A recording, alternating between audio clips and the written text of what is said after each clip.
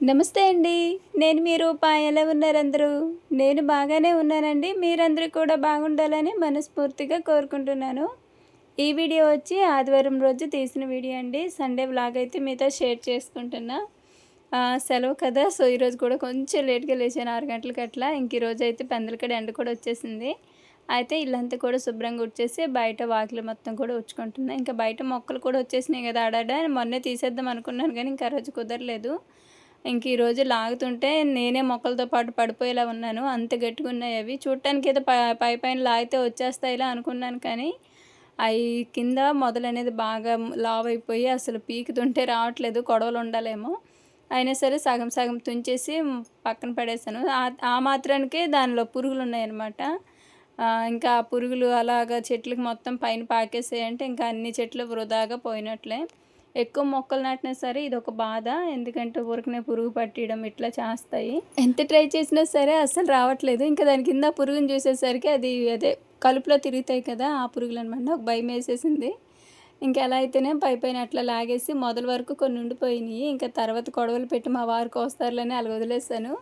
ఎందుకంటే ఇవి అలా పెరిగిపోయుంటే ఇంకా పాములు కూడా వచ్చి చేరుతాయని భయమనమాట. అందుకని కిందన ఆ గోడ వరుసన ఏమైనా మొక్కలు నాటుదామన్నా సరే నాటబుద్ధి కావట్లేదు. ఎందుకులే ఇలా ఓపెన్‌గా ఉంటే కొంచెం నైట్ టైం తిరుగుతా ఉంటాం కదా! తాతయ్య వాళ్ళ ఇంటికి, మా ఇంటికి. అలాంటప్పుడు కొంచెం బావుంటుందిలే మళ్ళీ భయపడుతూ లగెత్తుకుంటూ రావాలి. నార్మల్‌గా నేను చీకటి పడిందంటే తాతయ్య వాళ్ళ ఇంటికి, మా ఇంటికి మధ్యలో గ్యాప్ ఉంది కదండీ! ఆడసలు నడవననమాట. లగెత్తడమే నా పని.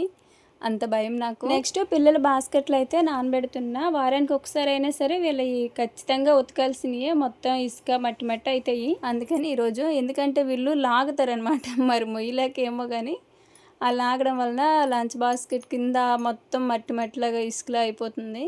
అందుకే ప్రతి సండే సండే ఉతకాల్సిందే వీళ్ళిద్దరియి. సర్ఫ్ వేసి కాసేపు నానబెట్టేసాను. అలా అయితే మురికి తొందరగా వదిలిద్ది కదా! నేను రేను సాక్సులు కూడా అంటే బయట ఉతుక్కుంటున్నానండి. అన్ని బట్టలతో పాటు వాషింగ్ మిషన్‌లో అయితే వేయట్లేదు. సెపరేట్‌గా ఎందుకంటే అందులో వేసినా అంత మురికేం పోవట్లేదు. అందుకని ఇలా బయటే డైలీ ఉతికేసుకుంటున్నా.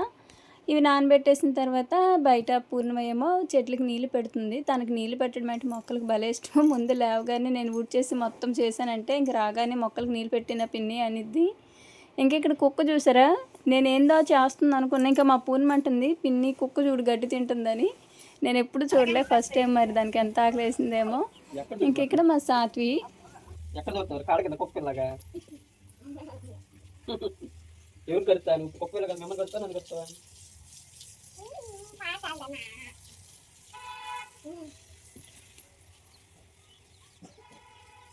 బయట ఒకవైపు పూర్ణిమ నీళ్ళు పెడుతుంటే నేను ముగ్గు పెట్టేసుకుంటున్నా. అంటే చిన్న పని నుండి బయటికెళ్తున్నామనమాట. ఇంకా మా వారేమో "నువ్వురా ఇంకా ఈరోజు సెలవే కదా!" ఎందుకంటే పిల్లలు ఏంటి తెలుసా?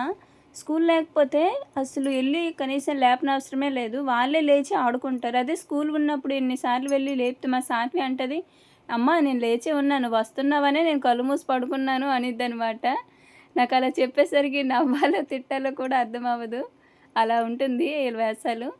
ఇంకెదిగో టీవీ చూసుకుంటున్నారు ఇద్దరు కూడా. ఇంకా నేను మా వారైతే రొయ్యలు తీసుకురమ్మని పిల్లలు ఎక్కువ అడుగుతున్నారండి. మొన్న రేణుకి హెల్త్ బాలేదు. అందుకని ఊర్లోకొచ్చినా సరే ఆ రోజు తీసుకోలేదు.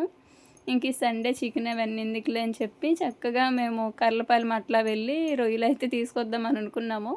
ఆడైతే శుభ్రం చేసి ఇస్తారనమాట. ఇంక ఇక్కడ ఎక్కడ తీసుకొచ్చుకున్నా ఎక్కువ రావు. ప్లస్ ఇంకోటేంటంటే మనమే శుభ్రం చేసుకోవాలి. తోలు అయన్నీ తీసుకోవాలి.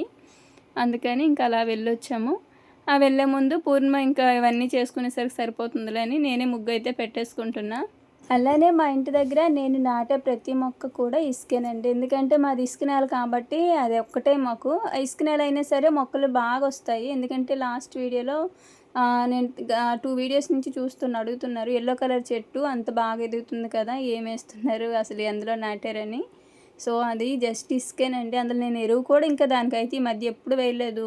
జస్ట్ రోజు నీళ్ళు పోయడం తప్ప అంతకుమించి ఏమీ చేయట్లేదు మొక్కలకైతే ఈ మధ్య. ఎందుకంటే అంతకుముందు చెట్లకాడ నుంచి ఎరువని అదని ఇదని తెచ్చి వేసేదాన్ని గానీ, కానీ ఇప్పుడేమో దాని మీద పిచ్చి మొక్కలు బాగా వచ్చేసాయనమాట దొండపందిరిలోనే. అందుకని ఇంక అది కూడా తీసుకొచ్చి ఈ మధ్య వేయలేదు. అయినా సరే మొక్కలైతే అసలు ఏమాత్రం తగ్గలేదు. చాలా బాగా ఎదిగొస్తున్నాయి. అన్నీ చిగురేసుకొస్తున్నాయనమాట. చుట్టూ పొలాలు కదా! ఎప్పటికప్పుడు అన్నీ అంటే పురుగు ఎక్కువ పడతా ఉంటది. ఈ చెట్లకి ఎప్పుడైనా వచ్చేసిద్దేమో. ఎందుకంటే మన ఇంటి ముందు చెట్ల కంటే మనం పురుగు మందులు అవేమీ కొట్టం కదా! నేచురల్‌గా ఉంటాయి. అదొకటి ఉండిద్ది. కానీ మా చెట్లకైతే ఇప్పటివరకు రాలేదు. మొన్నైతే ఒకసారి గులాబీ చెట్టుకైతే పురుగు పట్టింది కానీ మళ్ళీ దానంతట అదే పోయింది. మేము మందులేమీ కొట్టలేదు. పూర్ణ మాత్రం ఆకులన్నీ అట్లా అంటే ఆటోమేటిక్‌గా పురుగు తినేసిందనమాట. పూర్ణ ఏమో చూసి ఇలా పురుగు పట్టింది ఏమైనా మందులు కొట్టండి బాబాయ్ అంది కానీ ఇంకా కొడదామంటే ఇంక అదే పోయి మళ్ళీ మంచిగా చిగురేసుకొచ్చి ఇప్పుడు పువ్వులొస్తున్నాయి.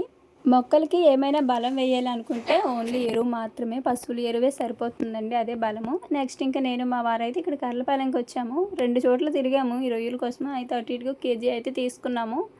అక్కడ కూడా రేట్ ఎక్కువ. ఇంత దూరం ఇక మీదటి నుంచి వచ్చి కూడా అనవసరం. ఉన్న కాడికి ఎలాగొచ్చాం కదని కేజీ రొయ్యలు తీసుకొని ఇంటికైతే వచ్చేసామండి. ఇంక రాగానే అంటే తీసుకొచ్చి గానీ ఇంకా ఏ పని పెట్టుకోకూడదనమాట. ఫస్ట్ అయి చేసి కూర వండేసేయాలి. మా వారి అంటే నీళ్ళపతికి వెళ్ళిపోయారు నాకిచ్చేసి. తనొచ్చేసరికి వంట రెడీ అయిపోవాలి. అలాగే మరోవైపు అయితే బియ్యం కడిగేసాను. అంటే రైస్ కడిగేసి ఒకవైపు నానబెట్టాననమాట. కొంచెం బియ్యం నానితే ఏంటంటే ఒక 10 నిమిషాలు నానబెట్టి వండితే అన్నం కొంచెం బాగా పొడుగ్గా ఉంటుంది, పొడి పొడిలాడుతుంది. అప్పటికప్పుడు కడిగి పెట్టానంటే ముద్ద అయిపోతుందనమాట. అందుకని ఈ మధ్య అలానే చేస్తున్నా. భలే వస్తుందండి రైస్ మాత్రము. ఇంకా మరోవైపు అవి నానబెట్టేసాను కదా బియ్యం కడిగేసి. ఇటేమో రొయ్యల్లోని లోపల వేణు ఏదో ఉంటుంది బ్లాక్ కలర్‌లో అనమాట. దాన్నైతే తీస్తున్నాను. దాంతో నాకు వండితే అస్సలు తినబుద్దయ్యదు. ఇంకా మా పూర్ణ చూసాక తనకైతే ఇంకా నచ్చదు. అందుకని నేను పూర్ణ ఇద్దరం కూర్చొని అవైతే శుభ్రం చేసుకున్నాము. చేసుకున్న తర్వాత ఇంకా వంట కూడా స్టార్ట్ చేసేసానండి. అదేంటో గానీ మా పిల్లలు చికెన్ కంటే రొయ్యలు, చేపలు ఇవి ఎక్కువగా తింటారు. కానీ మనం మాత్రము ఎక్కువగా చికెనే తీసుకొచ్చి ఇంట్లో వండుతూ ఉంటాను. అయినా సరే ఈ మధ్య మా వారు కూడా కొంచెం చేంజ్ చేశారు. అప్పుడప్పుడు ఎక్కువగా చికెన్ తెచ్చుకునేవాళ్ళం కదా! దానికి బదులు చేపలు గానీ లేదంటే ఇలా రొయ్యలు అట్లా మాకు ఊర్లోకి ఎప్పటికప్పుడు ఒక ఆమె తీసుకొస్తుంది. కాకపోతే నేనే అప్పటికి ఏదైనా కూర వండేస్తాను కదా అని చెప్పి తీసుకోననమాట పెద్దగా. కానీ ఆమె చేసి ఇచ్చి వెళ్ళిద్ది కూడా మనకి చేత కాదంటే. అలా ఉండిద్ది మాకు. అంటే ఊర్లోకి వస్తారనమాట. వాడ్రేవ్ నుంచి తీసుకొస్తారు. ఇంకా కూర ప్రాసెస్ అయితే ఏమి చూపియలేదు. చాలా సార్లు చెప్పాను కదా! సో ఇట్లా టమాటాలు వేసి గ్రేవీలా పెట్టేసాను. ఇంకా మా వారేమో అరకొరగా ఏమీ తినకండి. చక్కగా ఇప్పుడు ఇది తినేసేయండి. నైట్‌కి చికెన్ తీసుకొస్తాను. ఏమైనా కొంచెం కర్రీలాగా, ఫ్రైలాగా చేసుకుందాము అన్నారు.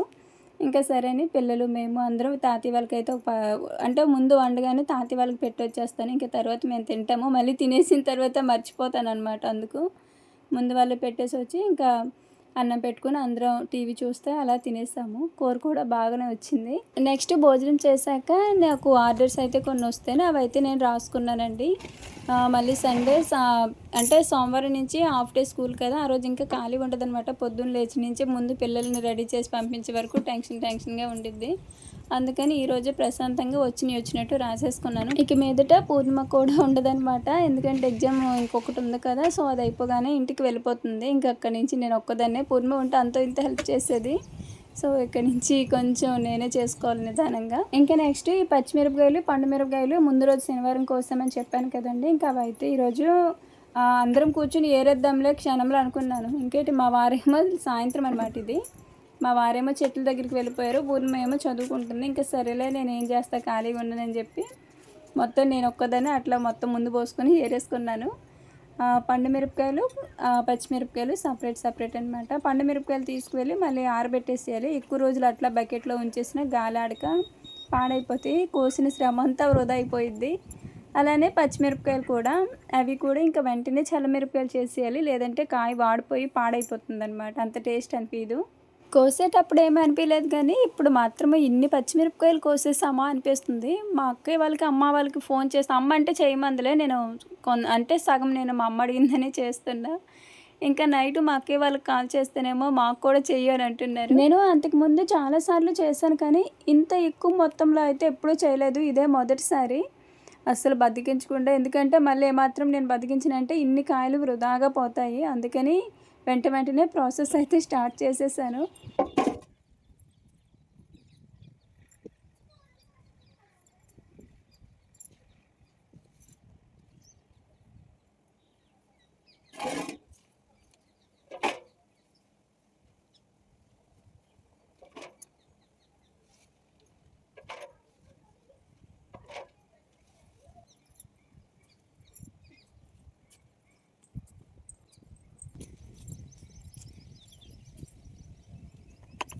పండు మిరపకాయలు అయితే మా ఇంటి పక్కనే ఓపెన్ ప్లేస్ ఉంది కదండి, ఇసుకలో అయితే బాగా ఎండుతాయి అనమాట. అందుకని తీసుకొచ్చి ఇందులో వేసేసానంటే పద్దాక ఎత్తాల్సిన అవసరం ఉండదు.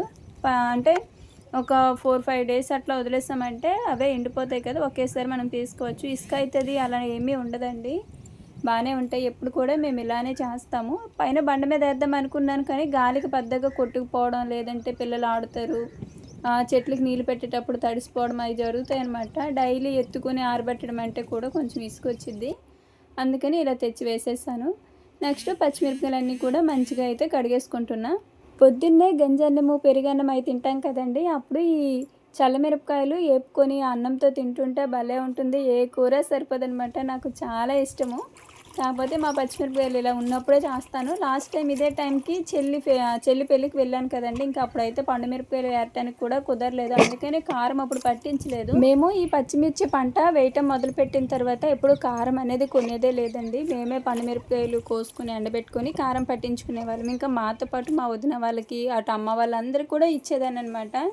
కానీ లాస్ట్ ఇయర్ మాత్రమే చెల్లి పెళ్ళికి అక్కడ ఉండిపోయాను కదండి, ఇంకా కుదరలేదు. ఎవరు ఇక్కడ ఇంకా ఏరినోళ్ళు కూడా లేరు. అందుకని ఇప్పుడు కారం కొనుక్కోవాల్సి వస్తుంది, లేదంటే ఇంట్లోనే మేము పట్టించుకుంటాం అనమాట. కానీ ఈ సంవత్సరం మాత్రము కొంచెమైనా సరే ఇట్లా కోసుకుంటే మంచిది. మళ్ళీ మా అమ్మ వాళ్ళు అందరూ అడుగుతున్నారనమాట ఇలా పండుమిరపకాయలు కావాలని. ఇంకా పూర్ణిమ కూడా ఎగ్జామ్స్ అయిపోతే వెళ్ళిపోతాను అంటుంది. ఇంకా తను వచ్చాక ఏమైనా వీలుంటే అంటే పండుమిరపకాయలు ఏరాలి, లేదంటే నేనైనా అప్పుడప్పుడు ఖాళీ చూసుకుని వెళ్ళి కోసుకుంటూ ఉండాలి.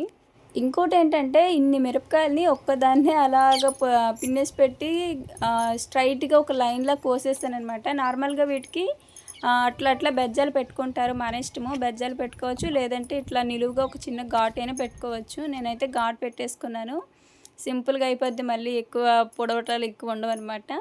ఇంకా అవన్నీ కూడా అలా కూర్చొని నడుము కూడా నొప్పి వచ్చేసింది. పూర్ణిమ మాత్రము బయట చల్లగాలికి ఇలా చాపాడు తీసుకొచ్చి చక్కగా బయట వేసి చదువుకుంటుంది. ఇంకా దాన్ని డిస్టర్బ్ చేయడానికి సాత్విక చూసారా చేపలో ఎట్ట దూరిందో, చాప పిల్లలాగా.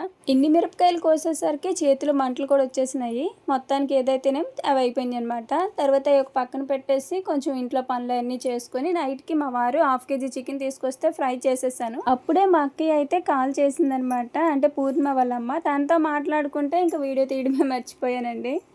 ఇంకా తినేసిన తర్వాత అయితే ఈ ప్రాసెస్ అయితే కంప్లీట్ చేశాను. పెరుగు అయితే నేను 2/2 kg అట్లా తీసుకొచ్చుకున్నా. ఫస్ట్ కొంచెం కలిపేసి ముందు వేసేసాను, తర్వాత ఇంకొంచెము అట్లా చూసుకొని 2 సార్లు అట్లా చిలుక్కున్నాను.